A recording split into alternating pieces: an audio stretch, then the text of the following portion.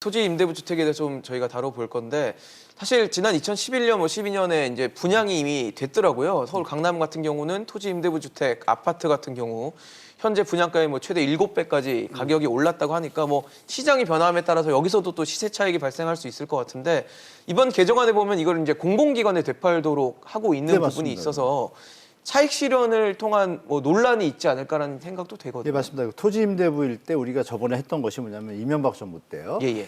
그 5년 전매 제한을 기한을 두고 5년 이후에는 매매가 가능하도록 했습니다. 그러므로 이제 로또 분양이라는 이제 말이 나오게 됐었고요. 예.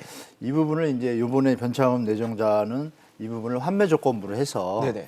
그 부분을 넣어서 국가에서만 매입할 수 있는 제도를 같이 묶은 것 같습니다. 그래서 제가 볼 때는 이 말씀 주신 차익 실현 논란, 로또 논란 이 문제를 잠재우기 위해서 이 부분을 같이 연계시켜서 사업을 좀 진행해 나갈 것으로 좀 보이고 있습니다.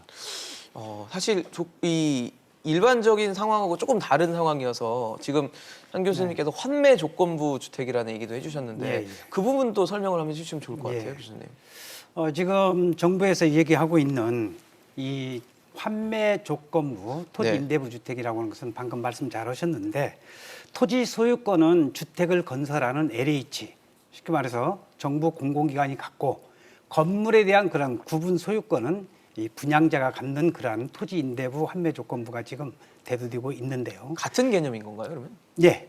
그 토지 임대부 환매 조건부 주택이라는 같은 개념으로 이렇게 네네. 생각을 하고 있으면서 지금 방금 말씀하신 대로 여기에 대한 그 차익 실현 논란 이 부분이 상당히 좀 중요한 것 같은데 네네. 우리나라의 국민들은 대부분이 자가주택 내 집 마련이라는 꿈이 있고요.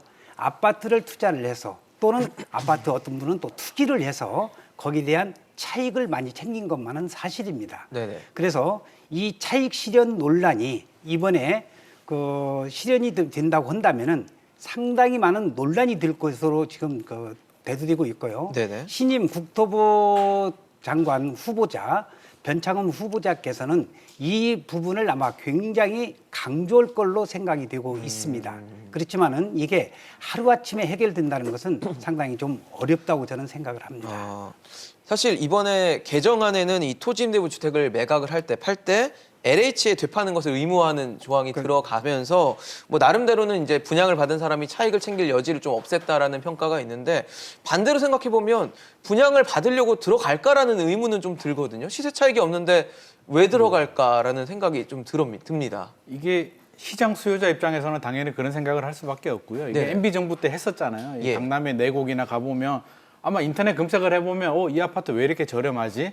라고 생각을 해서 아마 검색을 하신 분들이 있을 텐데 알고 보면 이제 토지는 공공이 가지고 있고 이제 건물 분에 대해서만 살 수 있기 때문에 당연히 우리가 건축물은 그렇잖아요. 토지 가격, 건축물 가격이 있는데 그쵸. 토지 가격이 빠지니까 저렴할 수밖에 없는 거고요.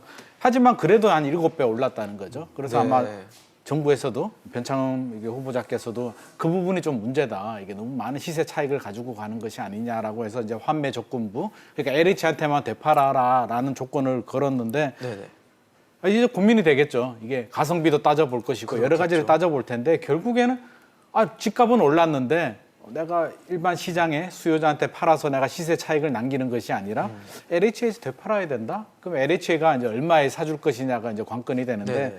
이렇게 한다는 얘기는 많이 인정 안 해준다는 얘기거든요. 그렇잖아요. 그래서 가장 관건이 될 텐데 계산을 해보고 별로 남는 게 없으면 제 생각에는 안 할 가능성이 굉장히 높을 것 같거든요. 차라리 그냥 전세 살지. 그나마 건물 가격이라도 내 거를 가지고 있는데 시세 차익도 보장을 안 해준다면 자본주의 사회에서 굳이 그런 무리수를 두면서까지 물론 건물분에 대해서는 또 취득세도 내야 되고 재산세도 내야 되잖아요. 그래서 LH가 얼마 정도 인정을 해줄까? 7배 정도까지는 인정을 안 해줘도 그냥 절반 정도라도 인정을 해줄까? 이 인정하는 부분에 대해서 승패가 갈라지지 않을까 하는 생각을 하게 됩니다.